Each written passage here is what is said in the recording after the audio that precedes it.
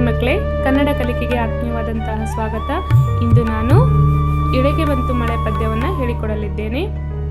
ಗುಡು ಗುಡು ಗುಡು ಗುಡು ಗುಡುಗಲು ಮುಗಿಲು, ತಕ ತಕ ತಕ ತಕ ಕುಣಿಯುವುದು ನವಿಲು. ಜುಳು ಜುಳು ಜುಳು ಜುಳು ಹರಿಯುವುದು ಹೊಳೆಯು, ಫಳ ಫಳ ಫಳ ಫಳ ಹೊಳೆಯುವುದು ಫಸಲು. ಸುಳು ಸುಳು ಸುಳು ಸುಳು ಸೂಸಲು ಗಾಳಿ, ಬರಿದ ಕುಸುಮಕ್ಕೆ ತುಂಬಿಯ ದಾಳಿ. ಬಾನಲಿ ಮೂಡಲು ಕಾಮನ ಬಿಲ್ಲು, ಚಿಣ್ಣರ ಲೋಕದಿ ಹರಡಿತು ಗುಲ್ಲು.